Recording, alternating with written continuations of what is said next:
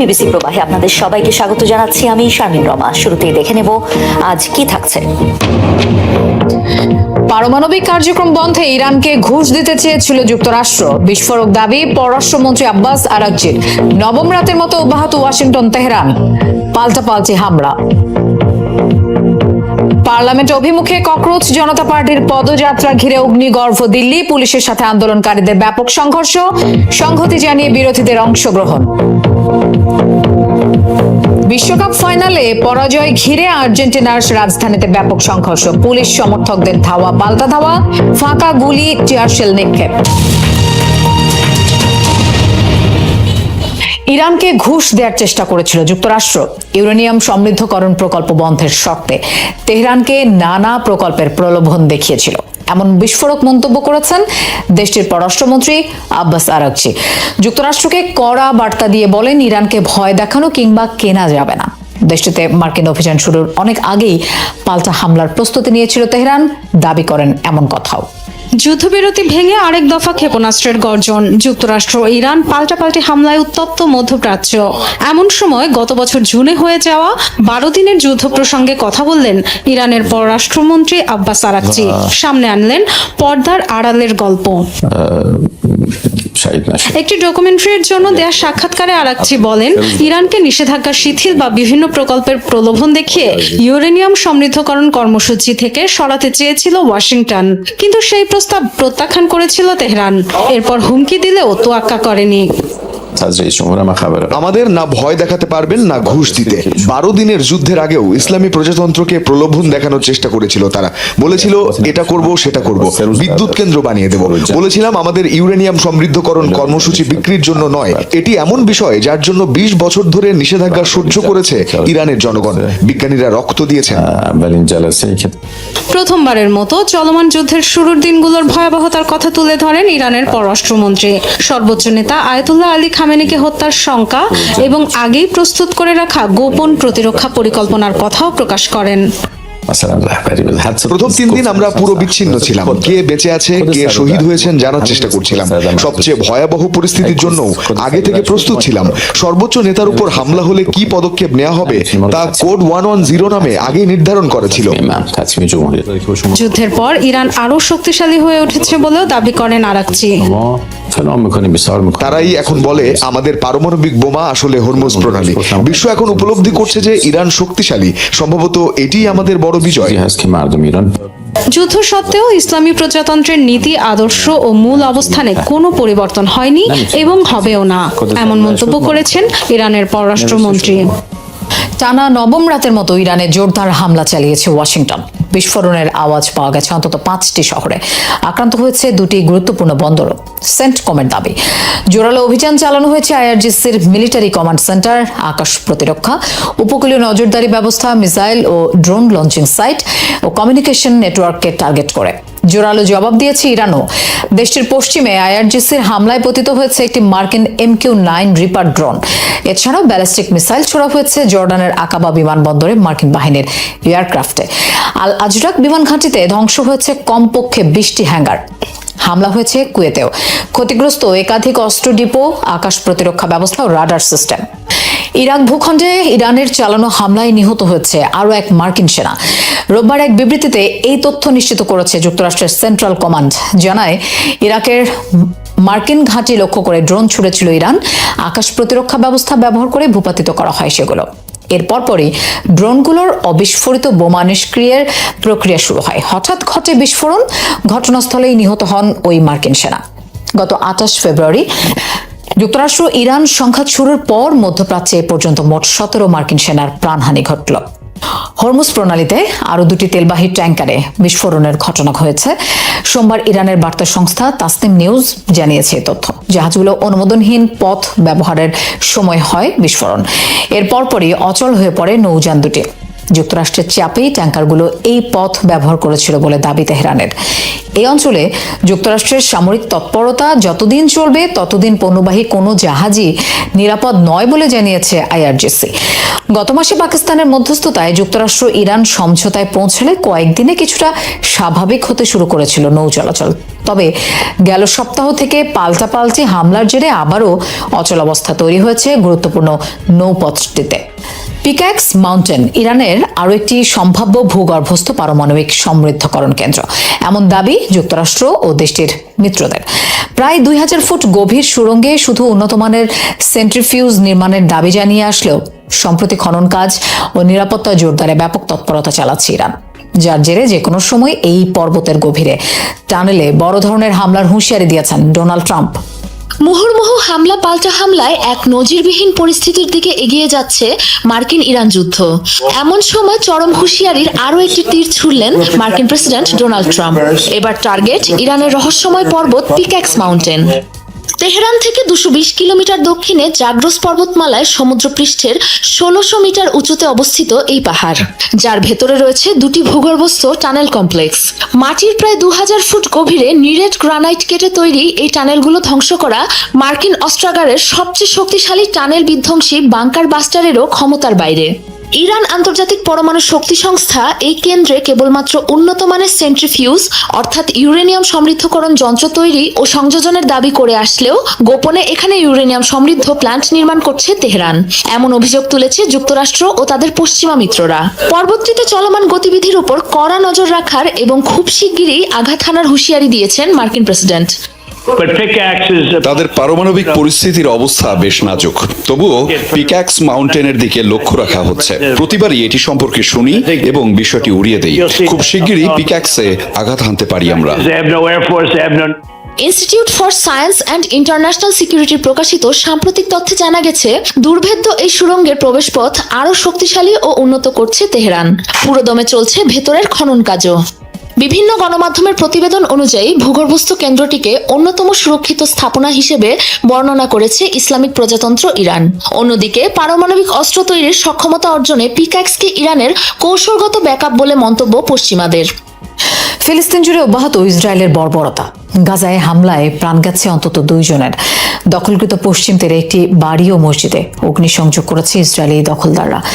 রোববার হেব্রনের একটি গ্রামে আকস্মিক হামলা চালিয়ে আগুন ধরিয়ে দেয় দখলদার ইসরায়েলিরা। আগুন নেভাতে তৎপর হওয়া স্থানীয় বাসিন্দা ও ফায়ার সার্ভিস কর্মীদের সাথেও জড়ায় সংঘর্ষে। এছাড়াও দখলদারদের হামলায় নাবলুসের একটি শহরে আহত হয়েছে 4 ফিলিস্তিনি। জেনিন ও বেথলেহেমে অভিযান চালিয়ে 4 জনকে আটক করেছে আইডিএফ। পশ্চিম তীরের পাশাপাশি গাজার বিভিন্ন এলাকাতেও হামলা চালিয়েছে আইডিএফ। আহত ফিলিস্তিনিদের বহনকারী অ্যাম্বুলেন্স লক্ষ্য করেও চালিয়েছে গুলি। গেল অক্টোবরে শুরু হওয়া যুদ্ধবিরতির পর থেকে আইডিএফ এর হামলায় নিহত ফিলিস্তিনের সংখ্যা ছাড়িয়েছে 1000-এরও বেশিতে।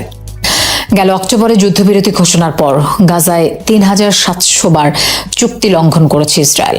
রোববার এক বিবৃতিতে এই তথ্য জানিয়েছে গাজার সরকারি মিডিয়া অফিস। যুদ্ধবিরতি চলাকালেই ইসরায়েলি আগ্রাসনে নিহত হন কমপক্ষে 1168 জন ফিলিস্তিনি। এছাড়া আহত 3734 জন। একই সময়ে আইডিএফ এর হাতে আটক হয়েছেন 149 ফিলিস্তিনি। চুক্তি অনুযায়ী উপত্যকায় 1.5 লাখের বেশি ত্রাণবাহী ট্রাক প্রবেশের কথা ছিল, কিন্তু এ পর্যন্ত মাত্র 60,000-এর কাছাকাছি ট্রাক ঢুকতে দেওয়া হয়েছে। এতে প্রয়োজনীয় ত্রাণের মাত্র 35% পৌঁছাতে পেরেছে গাজার ক্ষুধার্ত মানুষের কাছে। গাজায় ইহুদি বসতি পুনর্বহালের দাবিতে এবার বিক্ষোভ করেছে ইসরায়েলিরা। রোববার উপত্যকা অভিমুখে ব্যাপক বিক্ষোভ মিছিল করে কয়েকশো ইসরায়েলি। ইসরায়েল সীমান্ত পেরিয়ে গাজায় রীতিমতো অনুপ্রবেশ করে উচ্ছেদ হওয়া বসতি পুনরায় স্থাপনের দাবি তোলে তারা। যোগ দেয় বহু কট্টরপন্থী একাধিক মন্ত্রী ও সরকারি কর্মকর্তা। নিয়ম অনুযায়ী সংবেদনশীল এলাকাটিতে জনসমাগম নিষিদ্ধ থাকলেও বিক্ষোভকারীদের কোনো ধরনের বাধা দেয়নি আইডিএফ সেনারা। নিয়ম ভেঙে পতাকা হাতে গাজা সীমান্তে হাজির শত শত ইসরায়েলি। 21 বছর আগে গাজার গুশ কাতিফ বসতি থেকে উচ্ছেদ করা হয় ইহুদিদের। বছর ঘুরে আবারও সেই দিনেই বসতি পুনঃস্থাপনের দাবি জানিয়ে সীমান্তে ইসরায়েলিদের বিক্ষোভ। ইসরায়েলি দখলদারদের সংগঠন নাচালা সেটেলমেন্ট মুভমেন্টের উদ্যোগে গাজা অভিমুখে আয়োজিত হয় এই বিক্ষোভ সমাবেশ। দাবি জানানো হয় উত্তর গাজায় 3 বসতি ইলেই সিনাই, দুগিত ও নিসানিতে ইসরায়েলিদের পুনঃস্থাপনের। এতে Itamar Ben Gvir, Bezalel Smotrich সহ ইসরায়েলের একাধিক কট্টর মন্ত্রী ও নেতা অংশ নেন। গেল 4000 বছর ধরে গাজা ইহুদিদের অধিকারভুক্ত এলাকা এবং এটা কখনোই ফিলিস্তিনিদের ছিল না। ফিলিস্তিন নামের কোনো রাষ্ট্রই কখনো ছিল না। রোমানরা ইহুদিদের নির্বাসিত করার পর এই অঞ্চলকে ফিলিস্তিন ঘোষণা করেছিল, কিন্তু আমরা আমাদের জমি, আমাদের অধিকার আদায় করতে ফিরে এসেছি। গাজায় ইহুদিদের বসতি স্থাপন করা হবে। মার্কিন প্রেসিডেন্ট যেভাবে বলেছেন, আমরা ফিলিস্তিনিদের দেশ ত্যাগ করিয়ে ছাড়বো। গাজায় ইহুদি এলাকা গড়ে তোলা অত্যন্ত প্রয়োজন, কারণ এটা আমাদের অংশ। ইয়েলো লাইন সীমান্তে যে কোনো ধরনের জনসমাগম নিষিদ্ধ। বিপুল সংখ্যক পুলিশ ও সেনা থাকা সত্ত্বেও বিক্ষোভকারীদের বাধা দেয়নি তারা। জড়ো হওয়ার 10 মিনিটেরও কম সময়ে ব্যারিকেড পার হয়ে অনুপ্রবেশ করতে শুরু করে বিক্ষোভকারীরা। পরে নিজে থেকেই সরে যায় সেনারা। 20 বছর আগে আমাদের এখান থেকে উচ্ছেদ করা হয়েছিল। আমরা এখন আর চুপ করে বসে নেই। পশ্চিম তীরের জুডেয়া ও সামারিয়ার উন্নয়ন চোখে পড়ার মতো। আমাদের দাবি গাজাতেও ঠিক এমনটাই করা হোক। ইসরায়েলি মানবাধিকার সংস্থা গিশার হিসাব অনুযায়ী বর্তমানে গাজায় অন্তত 60% এলাকার নিয়ন্ত্রণ তেল আবিবের হাতে। আলোচিত ককরোচ জনতা পার্টির পার্লামেন্ট মার্চ কর্মসূচিকে কেন্দ্র করে অগ্নিগর্ভ হয়ে উঠেছে দিল্লি। ভারতের শিক্ষা ব্যবস্থায় আমূল সংস্কার, প্রশ্ন ফাঁস বন্ধ এবং কেন্দ্রীয় শিক্ষামন্ত্রী ও প্রধানমন্ত্রীর পদত্যাগের দাবিতে এই কর্মসূচি দেয়া হয়। এ সময় আন্দোলনরতদের উপর লাঠিচার্জ এবং টিয়ার গ্যাস ছুড়ে পুলিশ আটক করা হয় বেশ কয়েকজনকে। আহত হয়েছে বহু মানুষ। এদিকে এই কর্মসূচিতে সংহতি জানিয়ে যোগ দেয় ভারতের বিরোধী রাজনৈতিক দলগুলো। পার্লামেন্ট চত্বরের ভেতরেই বিক্ষোভ করেন বিরোধী এমপিরা। ককরোচ জনতা পার্টির পার্লামেন্ট মার্চ কর্মসূচিতে অংশ নিতে আসা বিক্ষোভকারীদের লক্ষ্য করে এভাবে একের পর এক টিয়ার গ্যাস ছুড়ে পুলিশ। তারপরও ব্যারিকেড ভেঙে পার্লামেন্ট অভিমুখে এগিয়ে যেতে থাকেন আন্দোলনকারীরা। এক পর্যায়ে তাদের উপর করা হয় লাঠিচার্জ। সোমবার ভোর থেকেই দিল্লির ঐতিহাসিক যন্তর মন্তর যেন পরিণত হয় হাজারো শিক্ষার্থী এবং তরুণের মিলন মেলায়। ভারতের বিভিন্ন প্রান্ত থেকে আসা আন্দোলনকারীরা শিক্ষা ব্যবস্থার সংস্কার, প্রশ্ন ফাঁসের বিচার এবং কেন্দ্রীয় শিক্ষামন্ত্রী ও প্রধানমন্ত্রীর পদত্যাগের দাবিতে স্লোগানে মুখর করে তোলেন পুরো এলাকা। পার্লামেন্ট অভিমুখে পদযাত্রা ঠেকাতে যন্তর মন্তর ঘিরে বহু স্তরীয় নিরাপত্তা বলয় গড়ে তোলে দিল্লি পুলিশ। শত শত পুলিশের পাশাপাশি মোতায়েন করা হয় আধা সামরিক বাহিনীর সদস্যদেরও। পুলিশ জানিয়েছে পদযাত্রার কোনো অনুমতি দেওয়া হয়নি, তবে সিজিপি নেতৃত্ব ঘোষণা দেয় পূর্ব ঘোষিত কর্মসূচি অনুযায়ী তারা পার্লামেন্টের দিকেই এগোবে। আন্দোলনের উদ্যোক্তাদের দাবি এটি কোনো দলীয় কর্মসূচি নয়, বরং শিক্ষার্থীদের ভবিষ্যৎ রক্ষার আন্দোলন। যে সিস্টেমে চলছে পুরো দেশ, আমরা তার বিরুদ্ধে দাঁড়িয়েছি। শান্তিপূর্ণভাবে গেল 1 মাস ধরে আমরা কর্মসূচি পালন করে আসছিলাম। এদিকে আন্দোলনের সংহতি জানিয়ে এতে অংশ নেয় ভারতের বিরোধী রাজনৈতিক দলগুলো। পার্লামেন্ট চত্বরে বিক্ষোভ করেন বিরোধী এমপিরা। সরকার আপনার ধর্ম নিভা রही है। আমি একজন ভারতীয়, এদেশের সন্তান হওয়ার কারণেই সেই দায়বদ্ধতা থেকে এই বিক্ষোভে অংশ নিয়েছি। সরকার যে অন্যায় করছে তার সামনে চুপ করে থাকার সুযোগ। भारतीय युवा होने के नाते युवाओं का दर्द। দিল্লির যন্তর মন্তরে শুরু হওয়া এই আন্দোলন এখন শুধু প্রশ্ন ফাঁসের প্রতিবাদেই সীমাবদ্ধ নেই। এটি ধীরে ধীরে ভারতের তরুণদের মধ্যে শিক্ষা, কর্মসংস্থান এবং সরকারের জবাবদিহি নিয়ে বৃহত্তর অসন্তোষের প্রতীক হয়ে উঠেছে। পার্লামেন্ট অধিবেশন চলাকালে বিক্ষোভ কতটা রাজনৈতিক চাপ তৈরি করতে পারে সেটি এখন সবচেয়ে বড় প্রশ্ন। আর্জেন্টিনার হারে দাঙ্গার রাজধানীতে পরিণত হলো বুয়েন্স আয়ার্স। ম্যাচ হারার পরপরই পুলিশের সাথে ব্যাপক সংঘর্ষে জড়ায় আর্জেন্টাইনরা। দফায় দফায় ধাওয়া পাল্টা ধাওয়া চলে নিরাপত্তা কর্মীদের সাথে। পুলিশকে লক্ষ্য করে ইট পাটকেল বোতল ছুড়ে বিক্ষুব্ধরা। নিজ দেশ ছাড়া ব্রাজিলেও বেশ কিছু স্থানে মারামারিতে জড়ায় আর্জেন্টাইন ফ্যানরা। এই দৃশ্য আর্জেন্টিনার রাজধানী বুয়েন্স আয়ার্সের। ম্যাচ হারার পরপরই ক্ষোভে ফেটে পড়ে অনেক ভক্ত সমর্থক। নিজ দেশের রাজধানীতেই চালায় তাণ্ডব। ফাইনাল ম্যাচ উপভোগে রাজধানীর ঐতিহাসিক অবেলিক্স চত্বরে জড়ো হয়েছিল আলবিসেলেস্তা ফ্যানরা। ম্যাচ শেষে কোনো রকম কারণ ছাড়াই হুট করে উত্তেজিত হয়ে পড়ে জনতা, জড়ায় সহিংসতায়। পুলিশের উপর চড়াও হতে শুরু করেন সমর্থকেরা। উত্তপ্ত হয়ে ওঠে পরিস্থিতি। উত্তেজিত জনতাকে ছত্রভঙ্গ করতে ধাওয়া দেয় পুলিশ, ছড়ে টিয়ারশেল ও ফাঁকা গুলি। জবাবে নিরাপত্তা কর্মীদের দিকে বোতল ও পাথর ছুটতে থাকেন আর্জেন্টাইন ফ্যানরা। রণক্ষেত্রে পরিণত হয় পুরো এলাকা। সংঘর্ষের জেরে বন্ধ হয়ে যায় রাজধানীর প্রধান কয়েকটি সড়ক। এ ঘটনায় পুলিশ সহ আহত হন বেশ কয়েকজন। ওবেলিক্স সহ আশপাশের এলাকায় মোতায়েন করা হয় অতিরিক্ত নিরাপত্তা কর্মী। এছাড়াও ব্রাজিলের রিও ডি জেনেরিওতে পুলিশের সাথে হাতাহাতি হয়েছে আর্জেন্টিনার সমর্থকদের। সংঘর্ষে জড়ায় বেশ কয়েকজন ব্রাজিল ভক্ত। স্পেনের বিশ্বকাপ জয়ে মাতোয়ারা, মাদ্রিদ, বার্সেলোনা সহ বড় বড় শহর উল্লাসে অংশ নিয়েছেন প্রবাসী বাংলাদেশিরাও। নানা আয়োজনের মধ্য দিয়ে উদযাপিত হচ্ছে বিশেষ এই অর্জন। স্পেনের বার্সেলোনা থেকে আর্জেন্টিনাকে অতিরিক্ত সময় একমাত্র গোলে হারিয়ে বিশ্বকাপ গড়ে তুলল স্প্যানিশরা। ঘুচল 16 বছরের অপেক্ষা। আবারও ফুটবলের সিংহাসনে বসল স্প্যানিশরা। স্পেনের এই জয় মাদ্রিদ, বার্সেলোনা, ভ্যালেন্সিয়া সব ছোট বড় শহরে উৎসবের আমেজ বিরাজ করছে। রাস্তায় নেমেছে হাজারো সমর্থক। স্পেনের জাতীয় পতাকা হাতে করা হচ্ছে বিজয় মিছিল। নাচ, গান এবং আতশবাজির মধ্যে দিয়ে উদযাপন করা হয় স্পেনের দ্বিতীয় শিরোপা। এর চেয়ে দারুণ আর কিছু হতেই পারে না। দীর্ঘ 16 বছর ধরে এই দিনটার জন্যই অপেক্ষা করছি। গতবার যখন জিতেছিলাম আমার বয়স ছিল মাত্র 8 বছর। আমি স্পেন এবং এর বাইরেও প্রতিটা ম্যাচ দেখেছি। স্পেন দীর্ঘজীবী হোক, আমরা বিশ্ব চ্যাম্পিয়ন। খুব ভালো লাগছে, আমরা সত্যি খুব খুশি। হ্যাঁ, আমরা বলতে পারি যে আমরা জিতেছি।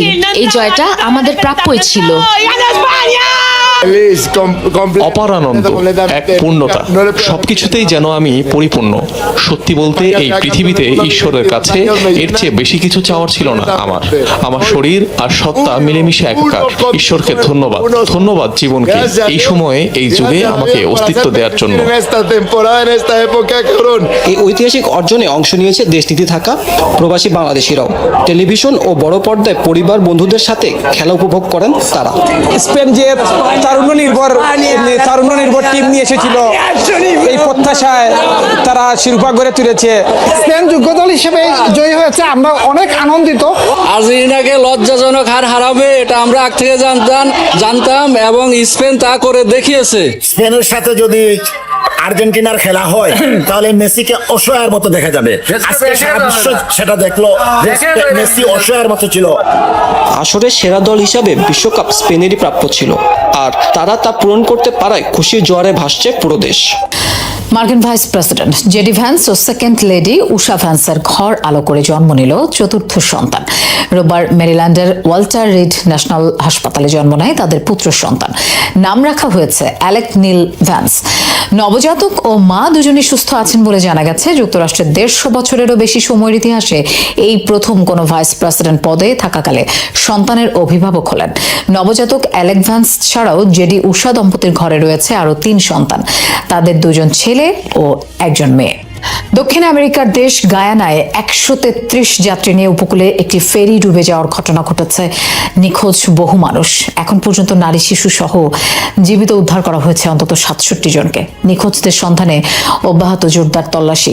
কর্তৃপক্ষের তথ্য মতে শনিবার 116 যাত্রী ও 17 ক্রু নিয়ে দেশটির রাজধানী জর্জ টাউন থেকে পোর্ট কাইতুমার উদ্দেশ্যে রওনা হয় ফেরিটি। পথিমধ্যে তীর থেকে প্রায় 7 মাইল দূরে উত্তর আটলান্টিক উপকূলে উল্টে যায় নৌযানটি।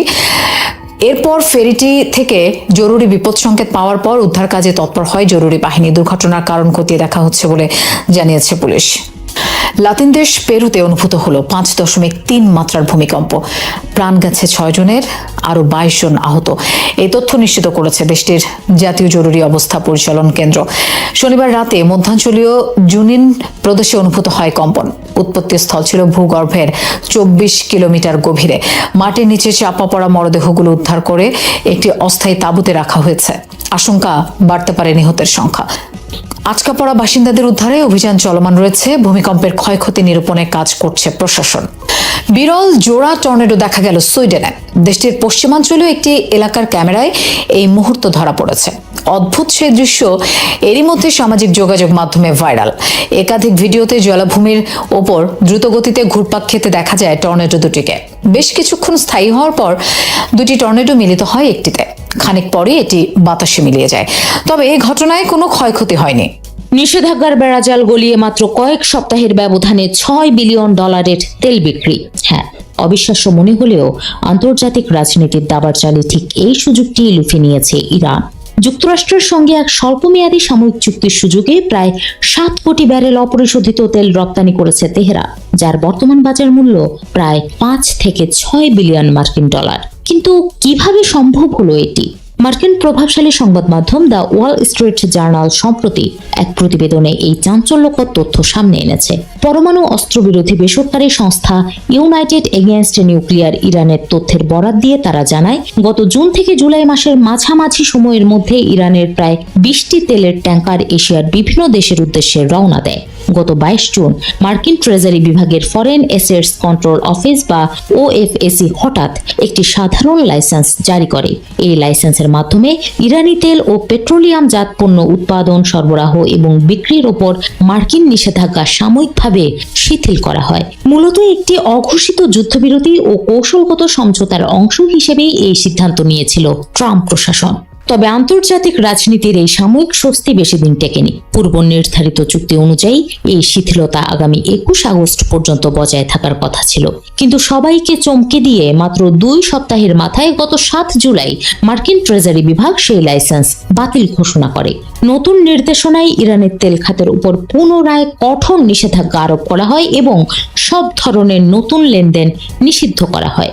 হঠাৎ কেন মার্কিন প্রশাসন অবস্থান বদলালো তা নিয়ে নানা গুঞ্জন থাকলেও একটি বিষয় স্পষ্ট, মাত্র কয়েক সপ্তাহের এই সুযোগ পুরোপুরি কাজে লাগিয়েছে ইরান।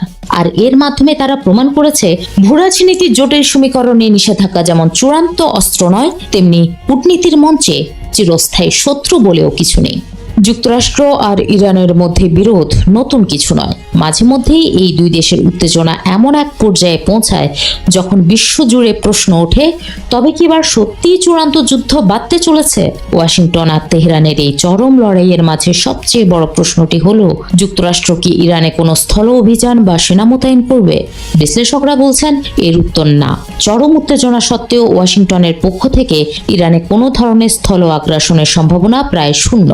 কিন্তু কেন?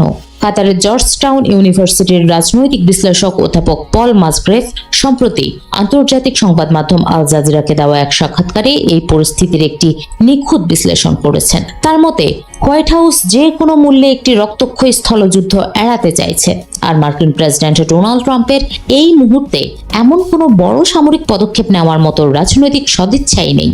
মার্কিন প্রশাসনের এই পিছুটানের পেছনে মূল কারণ দুটি: নিজেদের সেনাদের প্রাণহানি এড়ানো এবং একটি দীর্ঘমেয়াদী যুদ্ধ থেকে দূরে থাকা। ইতিহাস বলে, মধ্যপ্রাচ্যে যে কোনো দীর্ঘমেয়াদী যুদ্ধ যুক্তরাষ্ট্রের জন্য রাজনৈতিক ও অর্থনৈতিকভাবে বড় বিপর্যয় ডেকে এনেছে। আর ইরান কোনো ছোটখাটো দেশ কিংবা ভেনেজুয়েলার মতো সহজ কোনো লক্ষ্য নয়। ইরান আয়তনে বিশাল এবং সামরিক দিক থেকেও বেশ শক্তিশালী, ফলে দেশটিতে চাইলেই খুব সহজে মার্কিন অস্ত্র, সেনা বা সামরিক সরঞ্জাম প্রবেশ করানো সম্ভব নয়। অধ্যাপক মাসগ্রেভ একটি গুরুত্বপূর্ণ বিষয় সামনে এনেছেন। তিনি বলেছেন, ইরানে যদি বড় কোনো স্থল অভিযান চালাতে হয় তবে মার্কিন বাহিনীকে বিশাল পরিসরে প্রস্তুতি নিতে হবে, আর এই দীর্ঘ প্রস্তুতির সময়টাই হবে যুক্তরাষ্ট্রের জন্য সবচেয়ে ঝুঁকিপূর্ণ, কারণ এই সুযোগে মার্কিন বাহিনীর ওপর পাল্টা মারাত্মক আঘাত হানার সুবর্ণ সুযোগ পেয়ে যাবে ইরান। ফলে যে কোনো স্থল অভিযান মার্কিন সেনাদের জন্য চরম বিপর্যয় ও রক্তপাতের কারণ হতে পারে। ইরান মূল ভূখণ্ডে না হলেও দেশটির দক্ষিণাঞ্চলীয় দ্বীপপুঞ্জগুলো দখল করার জন্য কি কোনো সামরিক অভিযান হতে পারে? বিশেষজ্ঞরা বলছেন, যদি তেমন কিছু ঘটেও তবে তার রূপ নিতে পারে বর্তমান ইউক্রেন যুদ্ধের মতো। ইউক্রেন যুদ্ধ যেমন একটি দীর্ঘমেয়াদী রক্তক্ষয়ী ও বিধ্বংসী লড়াইয়ে পরিণত হয়েছে, ট্রাম্প প্রশাসন কখনোই চাইবে না তাদের নিজেদের সেনারা তেমন কোনো পরিস্থিতির মুখোমুখি হোক। যুক্তরাষ্ট্রের কৌশলটা ঠিক কি? আসলে স্থল সেনা মোতায়েনের পরিবর্তে মার্কিন প্রশাসন বর্তমানে অত্যন্ত পরিকল্পিতভাবে ইরানের বিরুদ্ধে আকাশপথে বিমান হামলা ও দূরপাল্লার সামরিক অভিযানের নীতি বেছে নিয়েছে। সহজ কথায়, স্থল সেনা ব্যবহার করে উদ্দেশ্য সফল করার মতো প্রয়োজনীয় রাজনৈতিক পুঁজি, দৃঢ় ইচ্ছা কিংবা মানসিক প্রস্তুতি, এর কোনোটিই এই মুহূর্তে প্রেসিডেন্ট ট্রাম্পের নেই। তাই বিশ্লেষকদের ধারণা, যুক্তরাষ্ট্র ও ইরানের এই লড়াই আপাতত আকাশপথ আর দূরপাল্লার আক্রমণের মধ্যেই সীমাবদ্ধ থাকবে। জাতিসংঘ সাধারণ পরিষদের অধিবেশনে যোগ দিতে নিউ ইয়র্কে পা রাখলেই কি গ্রেফতার হতে পারেন ইসরায়েলের প্রধানমন্ত্রী বেনিয়ামিন নেতানিয়াহু? এমন এক নজিরবিহীন সম্ভাবনার কথা উস্কে দিয়ে নতুন আলোচনার জন্ম দিয়েছেন নিউ ইয়র্কের mayor Zohran Mamdani. The New York টাইমসকে দেওয়া এক সাক্ষাৎকারে মামদানি বলেছেন, নেতানিয়াহু একজন যুদ্ধাপরাধী, যার বিরুদ্ধে আন্তর্জাতিক অপরাধ আদালত বা আইসিসি আনুষ্ঠানিক অভিযোগ এনেছে। তাই আন্তর্জাতিক আইন অনুযায়ী তার বিচার হওয়া উচিত এবং তাকে দ্য হেগের আদালতে দাঁড় করানো উচিত। কিন্তু প্রশ্ন হলো নিউ ইয়র্ক সিটির মেয়রের কি আসলেই একজন বিদেশি সরকার প্রধানকে গ্রেফতারের আইনি এখতিয়ার রয়েছে? মামদানি স্বীকার করেছেন নিউ ইয়র্ক পুলিশ বিভাগ তার প্রশাসনের অধীনে পরিচালিত হলেও বিষয়টি আইনিভাবে বেশ জটিল। তবে একে তিনি হালকাভাবে নিচ্ছেন না। আগামী সেপ্টেম্বরে নেতানিয়াহু নিউ ইয়র্কে এলে তার বিরুদ্ধে কোনো আইনি পদক্ষেপ নেওয়া সম্ভব কিনা তা খতিয়ে দেখতে সিটির আইন বিভাগের সঙ্গে নিবিড় ও সক্রিয় আলোচনা চালিয়ে যাচ্ছেন তিনি। মামদানির এই মন্তব্যের পর প্রতিক্রিয়া জানাতে সময় নেয়নি ইসরায়েল। জাতিসংঘে নিযুক্ত ইসরায়েলের রাষ্ট্রদূত ড্যানি ডানন সামাজিক যোগাযোগ মাধ্যম এক্সে ক্ষোভ প্রকাশ করে লিখেছেন, নিজের দায়িত্ব ও শহরে ক্রমবর্ধমান ইহুদি বিদ্বেষ মোকাবেলার দিকে নজর না দিয়ে মামদানি শিরোনাম হওয়ার জন্য ইসরায়েলের উপর আক্রমণ চালাচ্ছেন। ড্যানন স্পষ্ট জানিয়ে দিয়েছেন, এই হুমকিতে কিছুই পরিবর্তন হবে না। নেতানিয়াহু নিউ ইয়র্কে আসবেন এবং গর্বের সঙ্গে জাতিসংঘে ভাষণ দেবেন। উল্টো মামদানিকে কটাক্ষ করে তিনি বলেন, যদি কাউকে গ্রেফতার করতেই হয় তবে নিউ ইয়র্কের এই নেতাকেই করা উচিত। নেতানিয়াহু বনাম মামদানির এই দ্বন্দ্ব অবশ্য নতুন নয়। এর আগে একটি রেডিও অনুষ্ঠানে মামদানির বিরুদ্ধে হামাসকে সমর্থন এবং গোপনে আমেরিকাকে ঘৃণা করার অভিযোগ তুলেছিলেন নেতানিয়াহু। আমরা কি একদিন পৃথিবীর বাইরে বুদ্ধিমান প্রাণের খোঁজ পাবো? কয়েক দশক ধরে অনুসন্ধান চলছে, তবে এখনো পর্যন্ত আমাদের ছায়াপথ আকাশগঙ্গায় ভিন গ্রহের প্রতিবেশীদের কোনো প্রমাণ খুঁজে পাওয়া যায়নি। অন্য কোনো উন্নত সভ্যতা থেকে আসতে পারে এমন সংকেতও ধরা পড়েনি। তবে একটি সুপরিচিত সূত্র আছে যা দিয়ে সম্ভাব্য সংখ্যাটা আন্দাজ করা যায়। সেটি হলো ড্রেক সমীকরণ।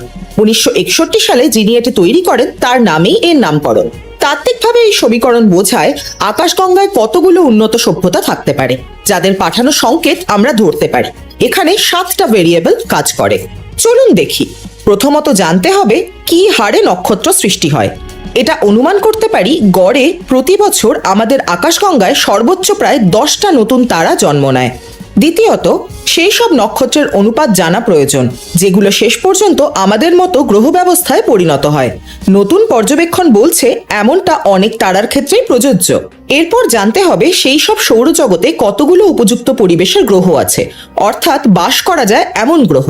অনুমান করা যায় প্রায় 20% সৌরজগতে অন্তত একটা এইরকম গ্রহ থাকে। তাতে এমন তাপমাত্রা থাকে যা জলের জন্য উপযুক্ত, আর আমরা জানি জল প্রাণের জন্য খুবই গুরুত্বপূর্ণ। পরের অংশটা আরো কঠিন। পরবর্তী ভেরিয়েবলগুলোর জন্য কোনো তথ্য নেই, শুধুই অনুমান। এই সম্ভাব্য বাসযোগ্য গ্রহগুলোর মধ্যে কতগুলোতে সত্যিই প্রাণের উদ্ভব হয়েছে সেই অনুপাত দরকার।